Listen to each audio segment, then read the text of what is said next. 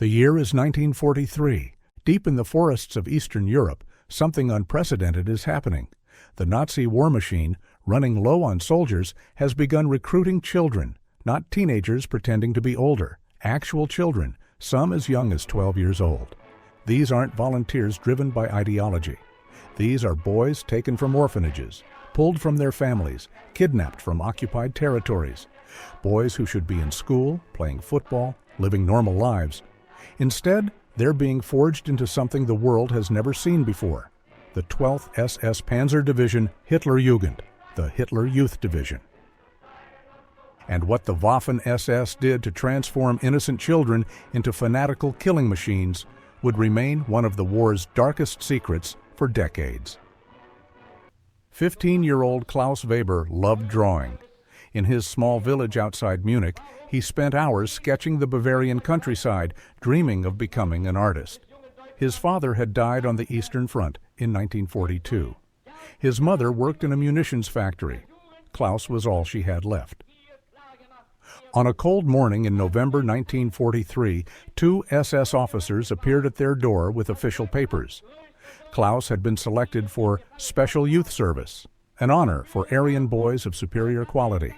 His mother begged them to leave him. Klaus was too young, too small, not even 16 yet. "The Führer needs every loyal German," one officer said coldly. "Your son will serve the fatherland. You should be proud." They gave her 30 minutes to pack his belongings. Klaus looked back at his mother as they drove away, watching her collapse in the doorway. He didn't know he would never see her again. Klaus arrived at a training facility in Belgium with 200 other boys, most between 13 and 17 years old. Some came willingly, swept up in Nazi propaganda. Others, like Klaus, had been forcibly conscripted. A few were Volksdeutsche, ethnic Germans from occupied territories who'd been recruited at gunpoint. What happened at that facility over the next 6 months wasn't military training. It was systematic psychological destruction and reconstruction. "We will break you down to nothing," announced SS Sturmbannführer Otto Meyer on their first day. He walked slowly along the rows of terrified boys. "Then we will rebuild you into perfect National Socialist warriors. You are no longer children. You are no longer individuals. You are weapons of the Third Reich." A classified SS training manual, discovered only in 1998 in former East German archives, laid out the process in clinical detail. Youth recruits ages 12 to 17 require specialized indoctrination protocols.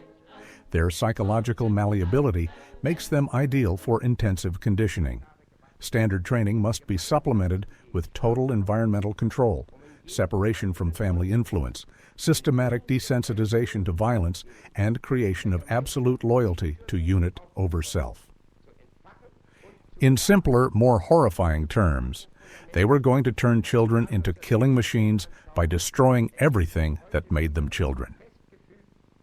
The first phase was called purification.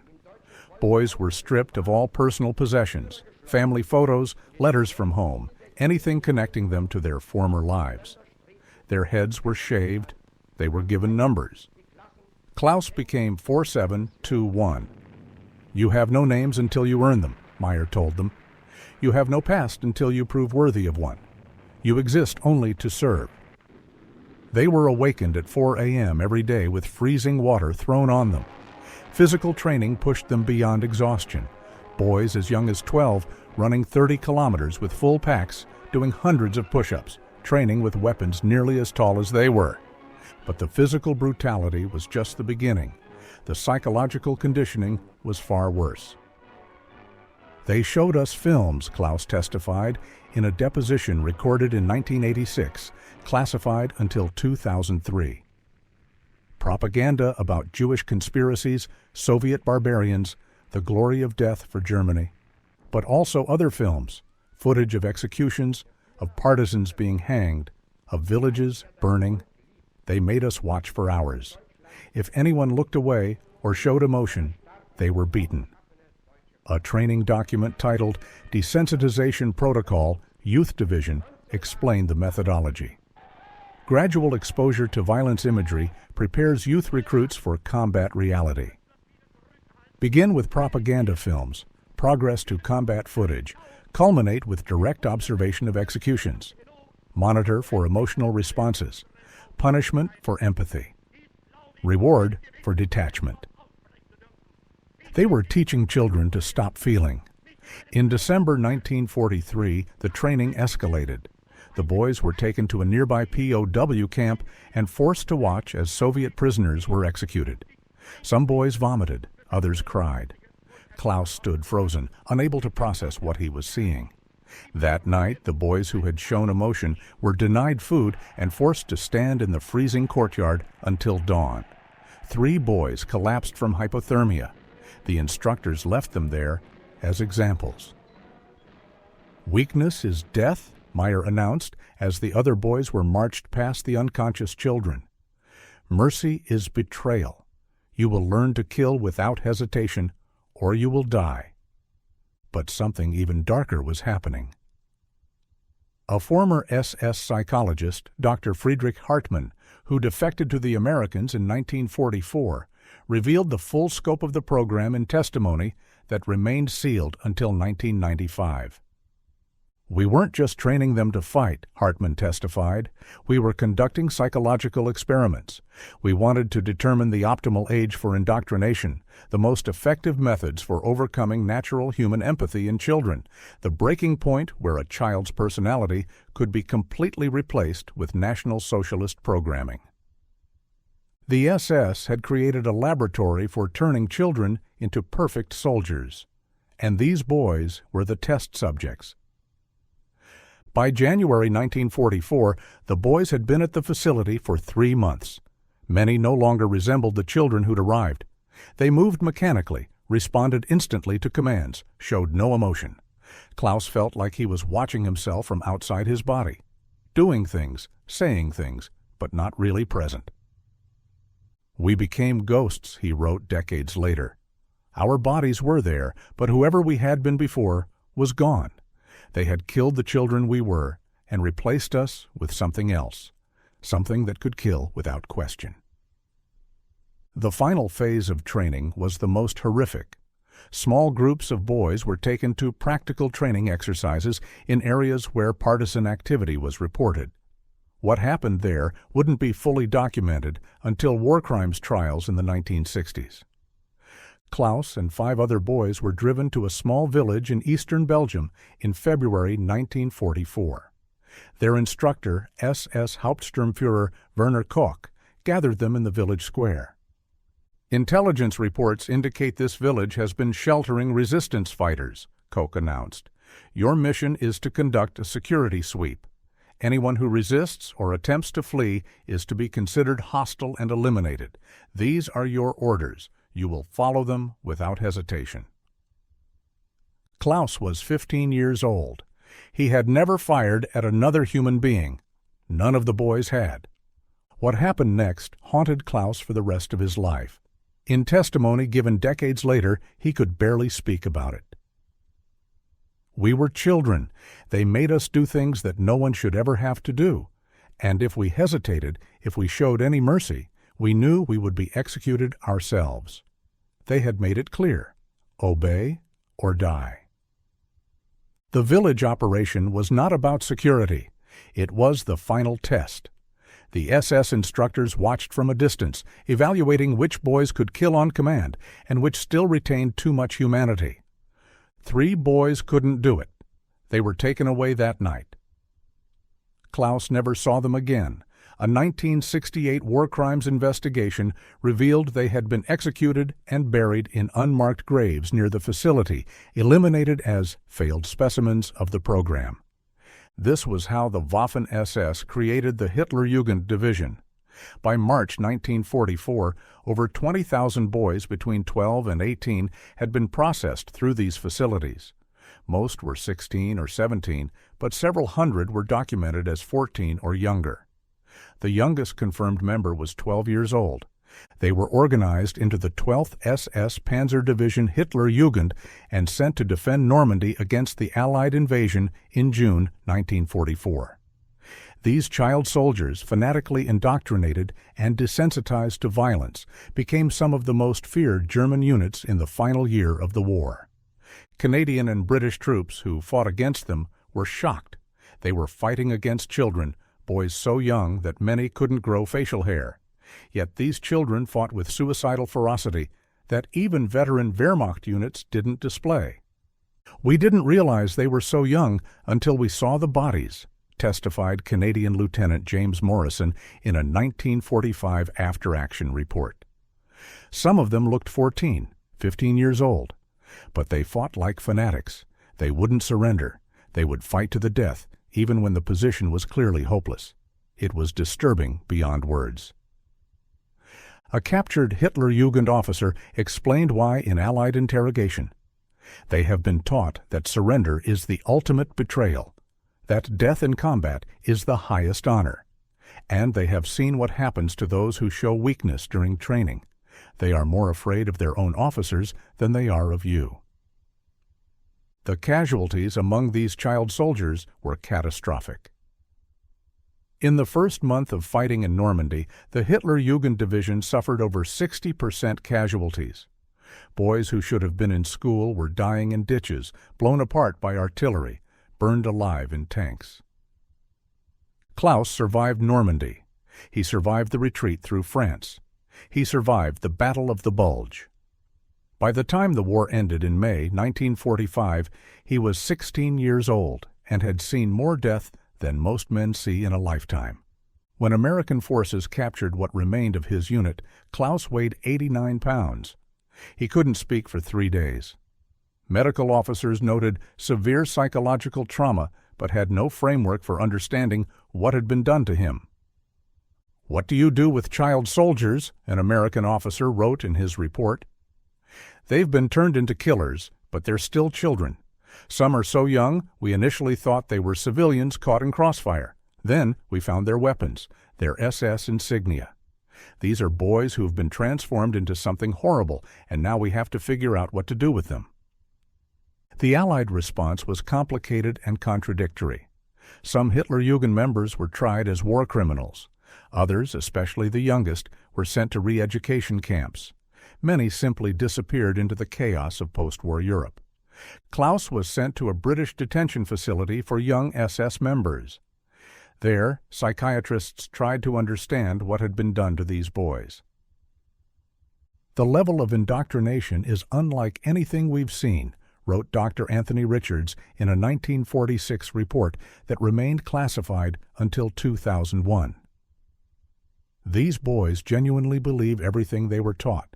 They show no remorse for their actions because they don't understand they've done anything wrong. They've been psychologically programmed to see themselves as heroes, not murderers. Deprogramming will take years, if it's even possible." Most of the child soldiers couldn't be deprogrammed. The damage was too severe, the conditioning too complete. When Klaus was finally released in 1947 at age 18, he returned to Munich to find his mother had died in 1945 from overwork and malnutrition. His childhood home had been destroyed in Allied bombing. Everything and everyone he'd known before the SS was gone. "I didn't know who I was," he wrote in a journal discovered after his death in 2008. "I wasn't the boy who loved to draw anymore. That Klaus died in 1943. But I wasn't the SS soldier anymore either.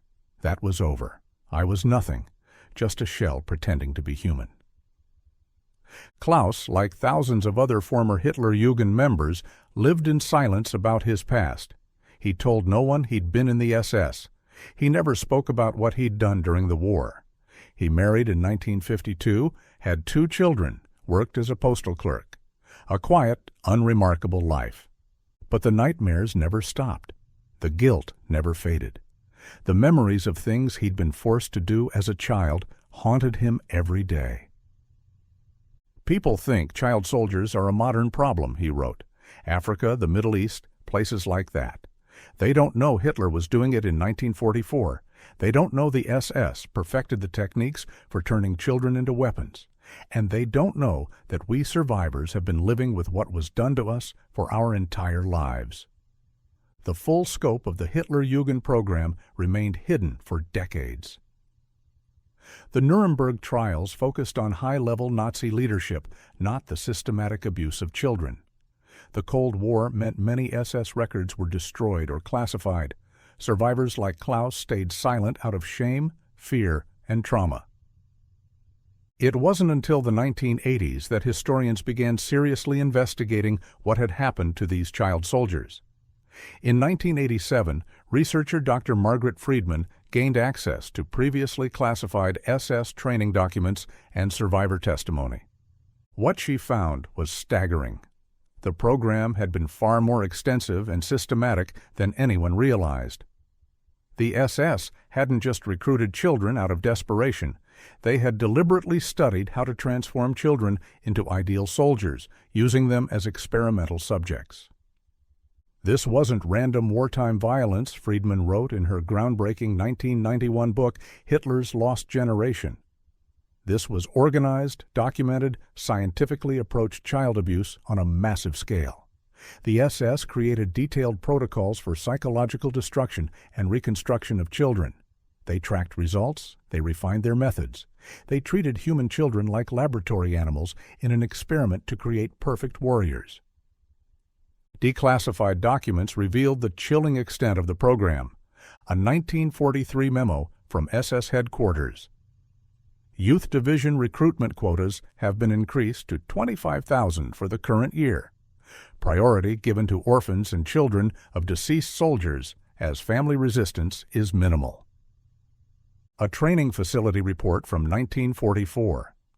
Successful indoctrination rate has increased to 87% using revised protocols. Recommend expansion of desensitization training and reduction of minimum age threshold to age 11 for optimal psychological malleability. A psychological assessment from 1944. Subject 4721, Klaus W., initially showed resistance to conditioning. After intensive intervention, subject now demonstrates complete compliance and acceptable detachment from empathetic response. Recommended for combat deployment.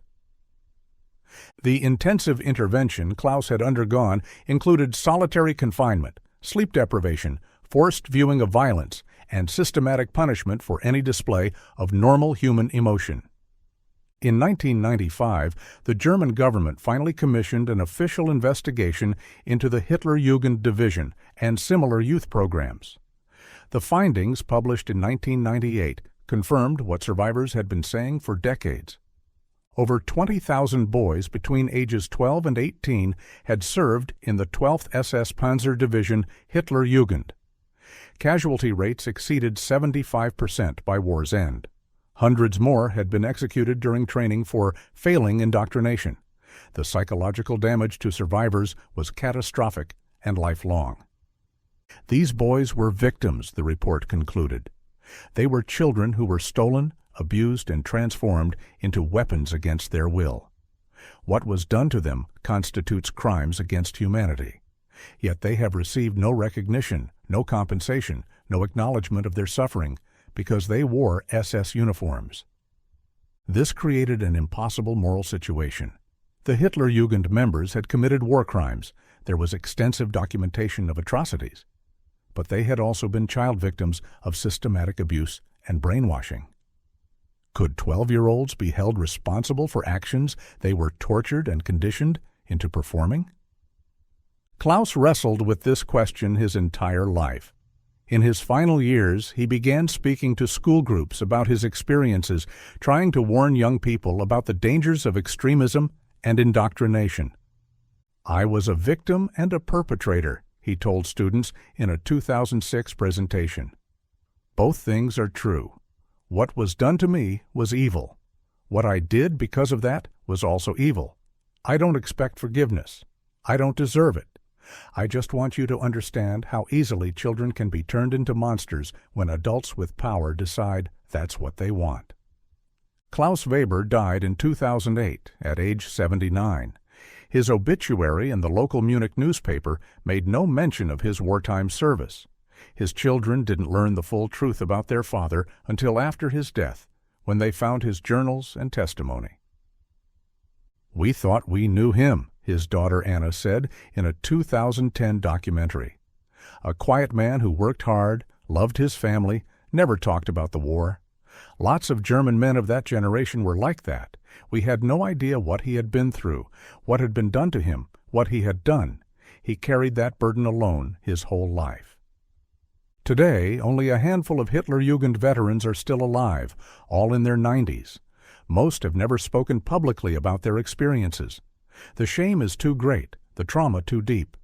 The few who have shared their stories describe the same pattern: children taken or coerced into service, subjected to brutal psychological conditioning, forced to commit acts they never would have chosen, and then abandoned to live with the consequences for the rest of their lives. What makes the Hitlerjugend story uniquely horrifying is how systematic it was. This wasn't chaos of war opportunism. This was planned, documented, and refined. The SS created instruction manuals for breaking children. They conducted research on optimal ages for indoctrination. They treated the psychological destruction of children as a science, and they almost succeeded in erasing the evidence. If not for survivors like Klaus, who finally broke their silence, if not for researchers who fought to declassify documents, if not for the few who refused to let this history disappear, we might never have known the full scope of what happened. The legacy of the Hitlerjugend division forces us to confront uncomfortable truths about how easily children can be manipulated, about how institutions can systematize evil, about how victims can also be perpetrators, about how trauma echoes through generations. It also reveals a story that was deliberately hidden. After the war, nobody wanted to talk about child soldiers in the SS. It complicated the narrative. It raised disturbing questions about culpability and justice. So their story was buried in classified files and survivors' silence. The boys who were turned into monsters, then left to somehow become men again, deserved better. They deserved protection as children. They deserved justice as victims. They deserved help as survivors. Instead, they got silence, shame, and decades of carrying unbearable secrets alone. In memory of Klaus Weber and the thousands of boys stolen by the SS, for those who were broken and never healed, for those who died before they could grow up, for those who lived with what was done to them and what they were forced to do. May their story serve as a warning. May we remember that children are always victims, even when they're handed weapons. May we never forget how easily the young can be corrupted when evil has power. 1943 to 2025.